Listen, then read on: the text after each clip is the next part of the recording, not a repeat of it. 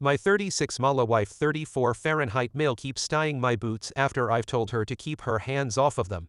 I tried to teach her a lesson and really hurt her feelings. Yes, I know the title is bizarre and I can't believe I'm actually writing this. My wife is a neat freak. Always has been. She throws notes on my desk out assuming they're garbage. My belongings get rearranged to the point where it takes me hours to find them. It's something I've come to accept. I'm not happy about it, but we have a pretty happy marriage on the whole. I am a voluntary empty, and I keep my boots unlaced up against the wall next to my clothes hamper so that I can throw them on along with my uniform if a call comes in during the middle of the night. Well, my wife has taken to tying the boot laces when she sees them untied.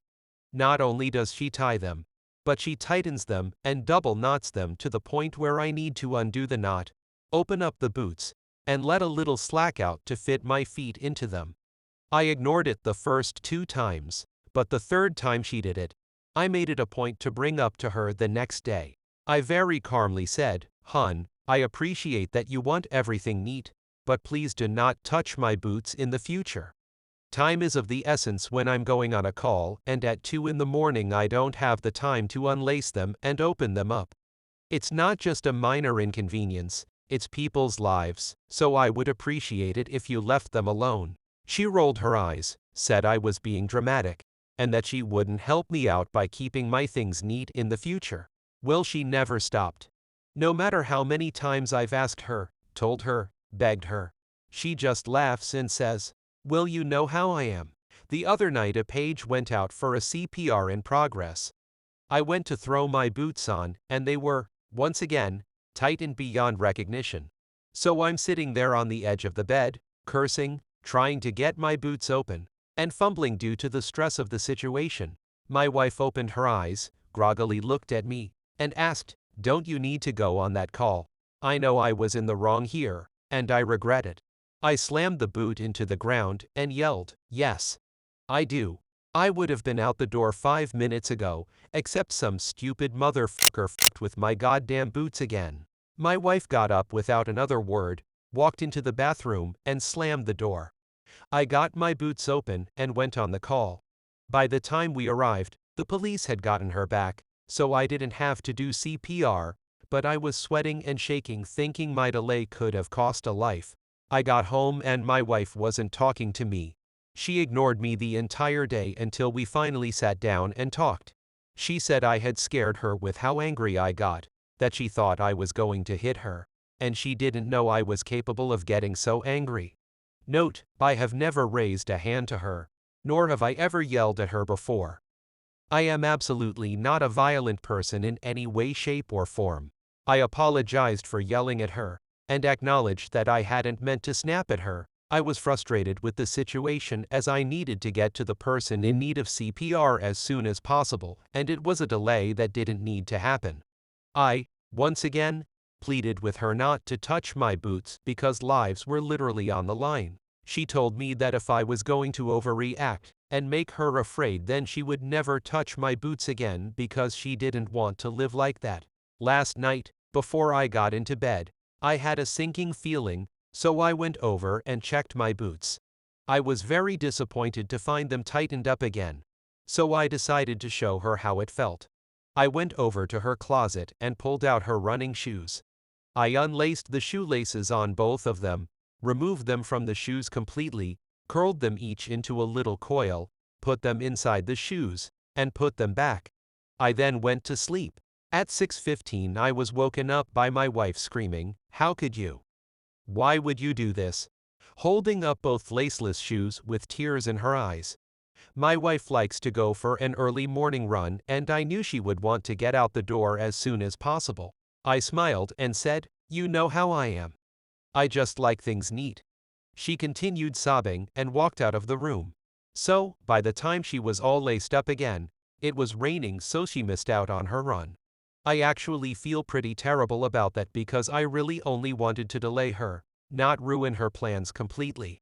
At this point, she's alternating between crying that I went out of my way to hurt her and ignoring my presence.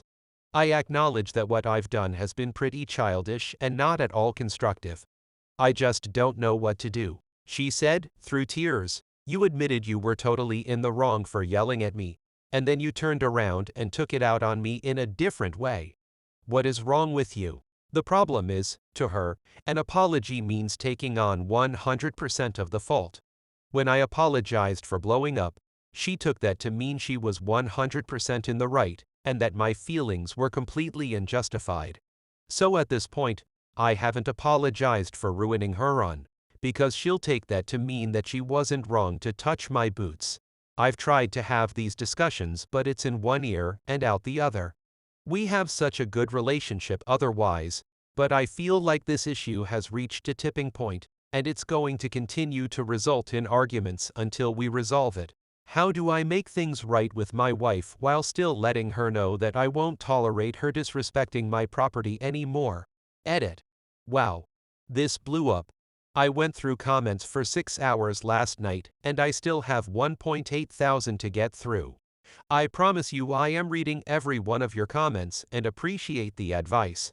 A couple things to address points that keep getting brought up. My wife has never been diagnosed as having OCD. As an EMT, I'm very careful about labeling someone as having a disorder as I don't have the proper qualifications to make that diagnosis. I do agree that it's time for her to see somebody, get a proper diagnosis, and address these issues. My boots lace up in the front and zipper on the side. They're not a full unzip, but rather an unzip to open them up a bit. The way my wife is tying them makes them impossible to get on even with the zipper down. They're weatherproof and great for standing on rough terrain or the highway after accidents. They're only about a year old and were actually a gift from my wife. I've not considered Velcro before. I'm a bit hesitant to do that as I don't know that they wouldn't catch on things or wear out quicker. I've tucked the laces in, but she still tied them up. This is a bit of compulsive behavior on my part. I don't leave my boots in the garage because my mother was a smoker growing up, and that's where she would smoke. So I would end up with ashes in my shoes and having them reek of tobacco after. So I developed a habit of wearing them into my home. Also, if I leave them there, they are likely to get moved someplace safe where it will take me even longer to find them. Putting the boots in the closet. She found them and tied them. Putting them under the bed or out of sight, they were found, tied, and moved to the closet. I honestly believe that a footlocker or any other kind of box would get moved to where I would have to wake her up to find it. If it's locked, then my keys are likely to go missing. For some reason, sitting on my dresser is not appropriate, but in the pocket of a jacket downstairs in the closet is.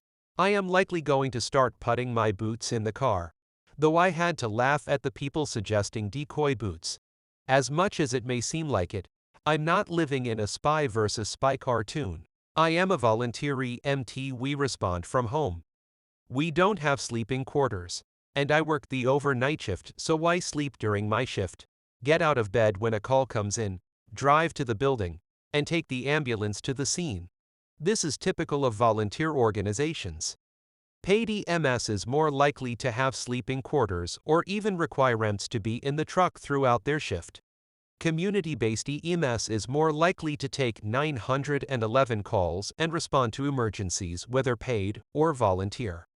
Private EMS is more likely to take transport requests such as to from dialysis or chemotherapy as well as hospital to nursing facility discharges.